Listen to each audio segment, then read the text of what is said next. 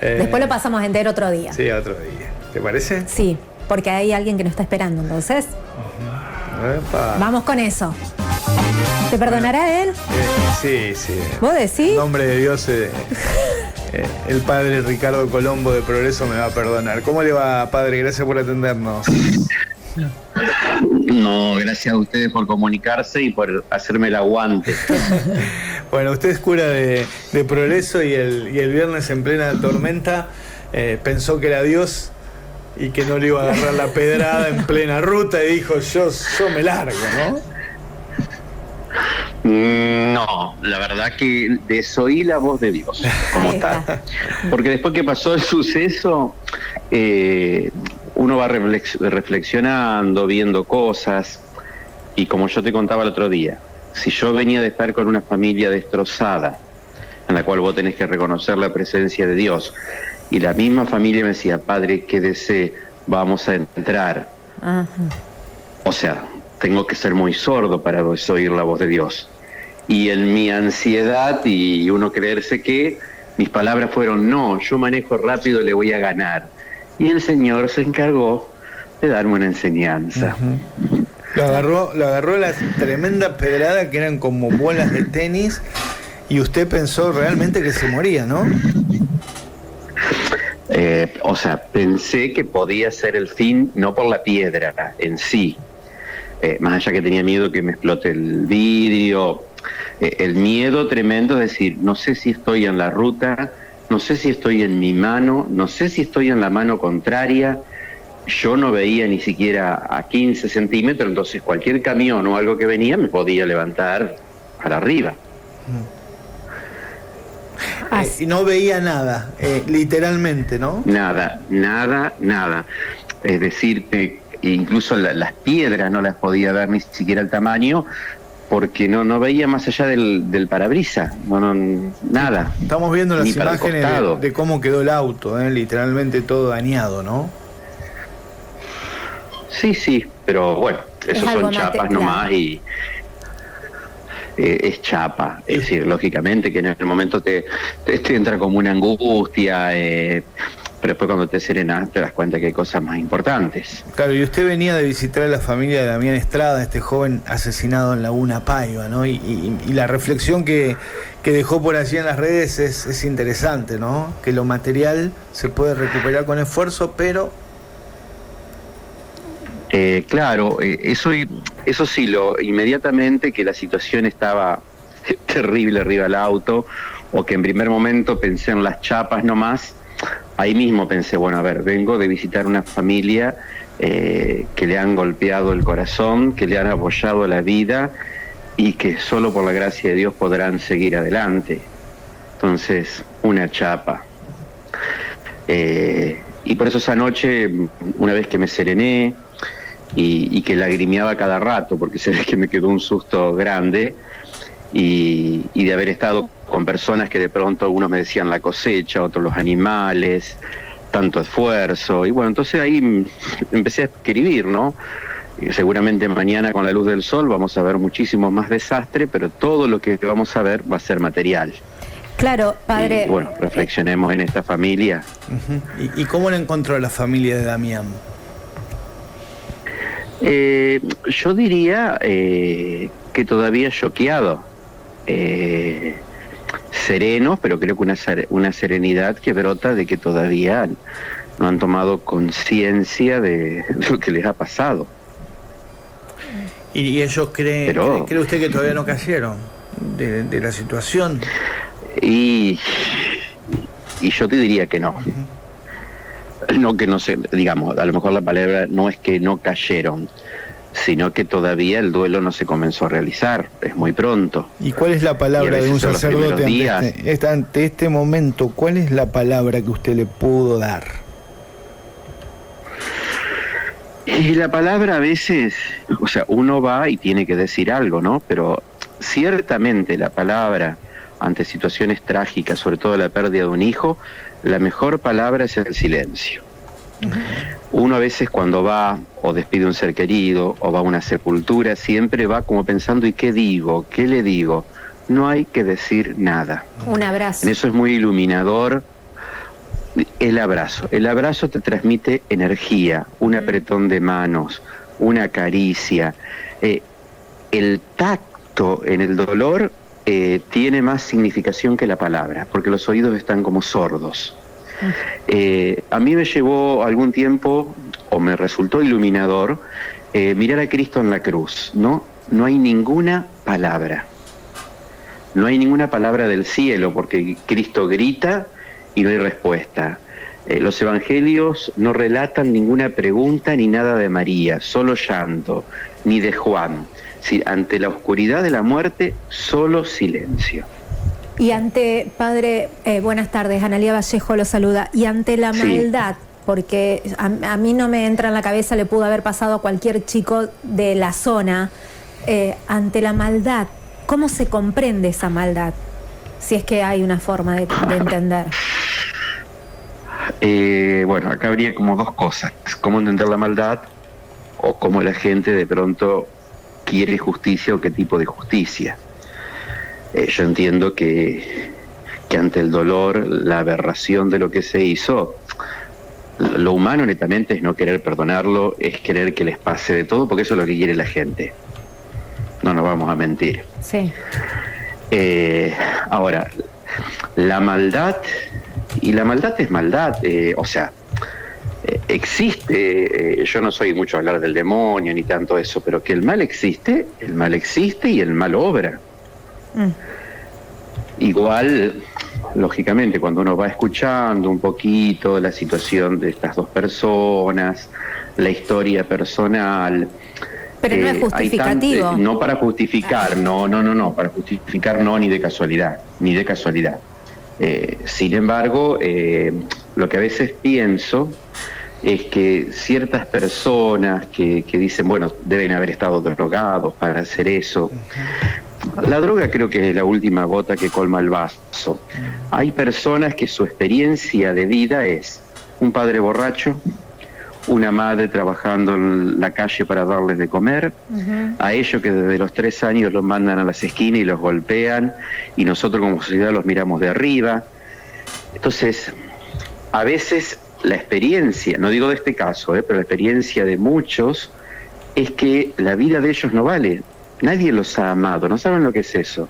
Entonces, como su vida no ha sido nunca respetada, carecen de lo que es el sentimiento de respeto de la vida de otro. No saben qué es eso, porque la de ellos no ha valido. ¿Usted lo conocía, Damián, padre? Sí, a ver, en un pueblo como María Luisa y Damián, que de pronto andaba siempre en la calle, en la bicicleta o en la motito, sí, no a lo mejor de charlar ni nada, pero el saludo, el levantar la mano, eso sí. Ajá. O cruzármelo en un negocio. Bueno, los padres entonces para usted todavía no han caído de esta tremenda golpe, ¿no? Y de esta forma de enterarse también, ¿no? Y después de ir conociendo detalles de cómo lo asesinaron a su hijo, me imagino tremendo dolor. Sí, yo a esta altura quisiera que no se enteren de los detalles, sin saber cuáles son, pero bueno, están en los medios. Según ellos van a... Sí, creo que, según me contaron ellos, dentro de 15 días son la audiencia o no sé qué, sí. O van los resultados de la autopsia. Yo creo que como no están todavía todos los resultados, a lo mejor todavía uno conserva una cierta esperanza que para tanto no fue. ¿Y usted que se levantó un día y dijo, voy a ver a los padres de Damián? ¿Los llamó antes? ¿Estuvo en el velorio? Mira, a ver, como sacerdote es lo que corresponde, ¿no? Sí. Como sacerdote podemos hacer agua en un montón de aspectos, no estar presente, pero no podemos no estar en el momento de la muerte, porque eso a la gente le hace bien y le queda grabado en el corazón. Cuando pasó lo de Damián, yo estaba en Buenos Aires, que ha ido a acompañar a otro sacerdote que, bueno, en su momento tuvo cáncer, sigue haciéndose los estudios cada tanto, lo había acompañado a Buenos Aires y no pude volver porque todavía le quedaban al otro día estudios, con lo cual me sentía más en la obligación de ir cuanto antes, porque yo entiendo, ese día yo traté de buscar 2 o 3 curas para que vayan a la sepultura, porque los ministros de la Eucaristía, y ante una situación así, que tenés todo el pueblo enfrente y dolorido, no es fácil ponerte enfrente aunque leas. Yo traté de sacarles ese peso, pero bueno, ese día no pude estar, entonces yo creo que llegué el jueves a la tarde y fui el viernes. Uh-huh. Sí, en estas situaciones a veces, como cualquier vecino también, no es necesario esperar que pidan ayuda, sino directamente brindarla, porque a veces no hay palabras tampoco para calmar semejante dolor. No hay palabras. Por eso también, a ver, uno como sacerdote es lo propio, de alguna manera fue formado también, pero entiendo, porque yo también pasé por una situación de accidente, que se me murió un amigo, y con el tiempo, de pronto, yo me serenaba y de pronto me agarraba cierta dolor por ciertas personas que uno hubiese querido que estén presentes, uh-huh, y no vinieron, pero también con el tiempo comprendí que no sabían tampoco cómo venir. Claro. No sabían cómo afrontar la situación, no sabían qué decir. No cualquiera puede ir a golpear la puerta de por sí, no es fácil. Claro, y en este caso estoy relacionando con el temporal y digo, yo creo que la gente, más allá de haber tenido daños en las viviendas, en las instituciones, en los sembrados y todo, se pone a pensar y se pone al lado de la familia y dice, no me pasó nada. O sea, esto es una tontería, se trabaja y se vuelve a recuperar. Lo otro no. Lo otro no. En eso agradezco, te diría, casi todo pasa por algo, como te dije antes. Porque yo no me imaginé que de pronto algo que escribí así a la noche, medio haciendo puchero en el Facebook, de pronto iba a tener tanta repercusión. A ver, padre, incluso con gente que lo escribió, me di cuenta que... Padre. Sí. Textual lo que puso: los bienes materiales, aunque duela, se recuperan con esfuerzo. Lo que no vuelve es la vida robada como la de Damián Estrada. Ante eso, lo material pasa a un segundo plano. Excelente reflexión, ¿eh? Sí, no me acuerdo bien cómo eran las palabras ahora, pero... Esas fueron esas que Pero bueno. Sí, creo que sí. No, pero bueno, fue te digo, yo no pensé que iba a tener un alcance. Sí, claro. Lo que pasa es que porque tal vez si yo no me tocaba eso no escribía nada. Claro. Al verse en esa situación. Y al ver esa situación me llevó enseguida a la reflexión, y sabiendo que nosotros, viste, que somos gringos y los bienes materiales y nos gustan un poquito. Sí, sobre todo el que perdió todo el trigo. Bueno, entiendo el esfuerzo, claro. Entiendo. Son montos que yo no tengo ni idea, pero son montos grandes. Mucho. Yo sé que cuando la gente de campo le va bien, dicen gana mucho, sí, puede ser que gane mucho, pero cuando pierde mucho.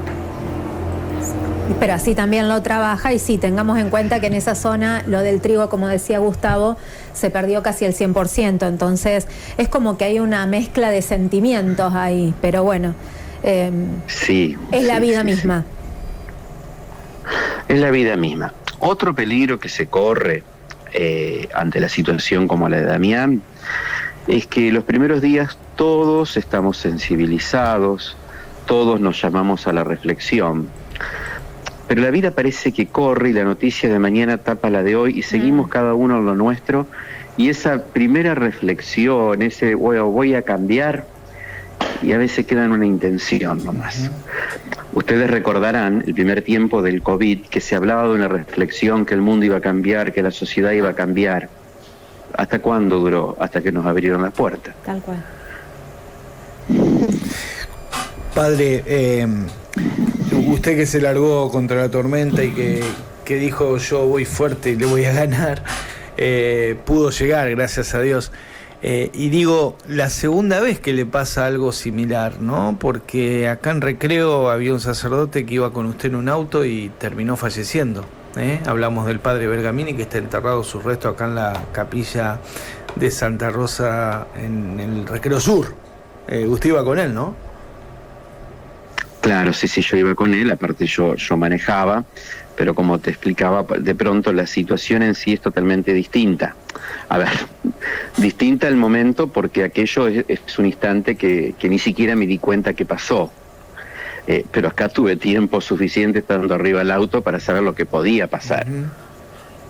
Sí, aquella vez, fue trágico, el padre Bergamini. ¿Cuánto hace el accidente? Fue trágico.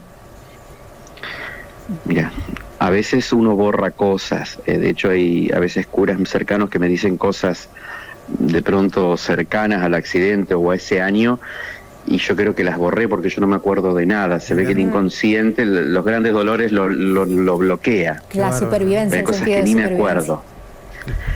Sí, debe ser, porque lo bloqueas un 147 totalmente. blanco, ¿no? Sí. Entonces bloqueé un montón de cosas, no me acuerdo bien. Sí. Pero bueno, por ejemplo, sí. Ni bien, el auto había girado, había dado vueltas. Cuando el auto queda en pie, yo miro hacia el lado, mi compañero no estaba más. Y bueno, vi que a unos metros estaba tirado. Inmediatamente me vino a la mente la frase del Evangelio, el Señor los va a podar. Y la poda duele, pero es para más frutos. En mi vida lo constaté como sacerdote. Las gracias que a partir de ese dolor se produjeron para mí, para las comunidades, para que yo, recién ordenado, que quería todas las cosas perfectas como nos habían enseñado en el seminario, la exigencia, y gracias a Dios, yo creo que el seminario me había formado la cabeza de sacerdote, pero el accidente me formó el corazón, que faltaba. Qué bárbaro, ¿eh? Qué nivel. O sea que contemporáneo suyo, Bergamini, se habían salido los dos. Y tenía unos... Claro, él era de un curso menor al mío. Ajá. Pero bueno, éramos del mismo año 73 porque yo era de agosto y él era de diciembre, por esos distintos años, pero sí, muy cercano. Bueno, acá se lo recuerda mucho el padre, incluso los restos de él, decíamos, están delante de la capilla de Recreo Sur, Bergamini. Sí. Por ejemplo, una cosa que con otros me sale y con él no. Yo estoy convencidísimo de la comunión que tenemos con nuestros seres queridos difuntos que partieron. Estoy convencidísimo. Y lo hago. A veces cuando hay algunas dificultades, por ejemplo, voy en el auto y en vez de rezar las letanías a María, voy recordando toda la gente, amiga, parientes, difuntos, y ruega por mí, ruega por esto, tipo letanías. Pero, por ejemplo, con respecto a él, sí, nunca pude rezar. Epa, mira. Hay algo que resolver. Debe ser parte del bloqueo. Sí. Tal cual. Debe ser parte del bloqueo. Lo hago, me acuerdo, pero como que ahí no me meto. Mira, Fabián Bergamini, había nacido 17 de octubre, si no recuerdo mal. Bueno, pero No, el nacimiento había, creo que ahora se me olvidó un poquito, 21 o 22 de diciembre. 22 de diciembre de 1973. El 14 de octubre, claro. El accidente fue el 14 de octubre y él terminó falleciendo el 17. Muy bien. De esto, padre, rescato esto que usted dice del sentido de supervivencia que todos los seres humanos tenemos. Usted se está mostrando justamente, y me llegan esas palabras como humano, de decir, bueno, me pasó esto, que a muchas personas nos pasa cuando pasa algo malo y nos refugiamos y olvidamos lo malo, que a ustedes también les pasa, y por ahí esto de, volviendo al tema de Damián, del perdón, del tratar de entender y demás, es difícil, y es difícil también de la parte de ustedes decir, bueno, ¿cómo le explicás que Dios quiso esto? O no, Dios no quiso esto, pero es el destino, y es difícil la postura. O sea, las palabras es muy difícil, porque decir destino, para nosotros que tenemos fe, no hay destino. Exacto. Decir que Dios lo quiso, tampoco. Jamás podríamos esa expresión. Exacto. El sábado, el María Luisa, después como yo no había estado, se hizo una misa especialmente por él, que estaba un poco todo el pueblo. Y yo tomé, aunque a veces litúrgicamente no corresponde, pero traté de tomar un evangelio que ilumine un poco la situación. Y para mí es muy significativo cuando a Cristo muere su amigo Lázaro, y le sale al encuentro la hermana, ¿no? Que tenía fe. Pero la hermana, aún en la fe, porque se postra delante de él, le dice: si hubieras estado aquí, mi hermano no habría muerto. Entonces, y yo había leído en las redes que gente de María Luisa decía: y Dios no estuvo ahí. Claro. O después los judíos que le decían a Jesús: no podía impedir que Lázaro muriera. Entonces también uno aplica el Evangelio. ¿No podía Jesús impedir que Damián muriera? Y en todas esas preguntas que Marta le va haciendo a Jesús, le van haciendo los judíos, Jesús lo único que hace es se conmueve y llora. No tiene palabras. Hablamos con el padre Ricardo Colombo, que visitó este viernes a la familia de Damián Estrada en María Luisa, y cuando regresaba a Progreso lo agarró la tremenda pedrada y de milagro salvó su vida. Gracias, padre, por habernos atendido y por este lindo mensaje. Gracias a ustedes. Hasta luego. Gracias a ustedes. Gracias, padre. Bendiciones. Igualmente.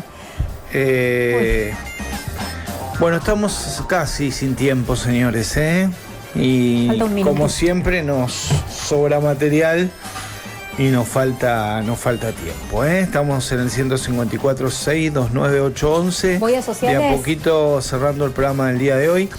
Nos cuenta que la jornada de movilidad sustentable se va a llevar a cabo el 27 de septiembre. Esta actividad que se iba a realizar el último fin de semana se va a realizar este 27 de septiembre, un encuentro que tiene como objetivo generar conciencia sobre la importancia del cuidado del medio ambiente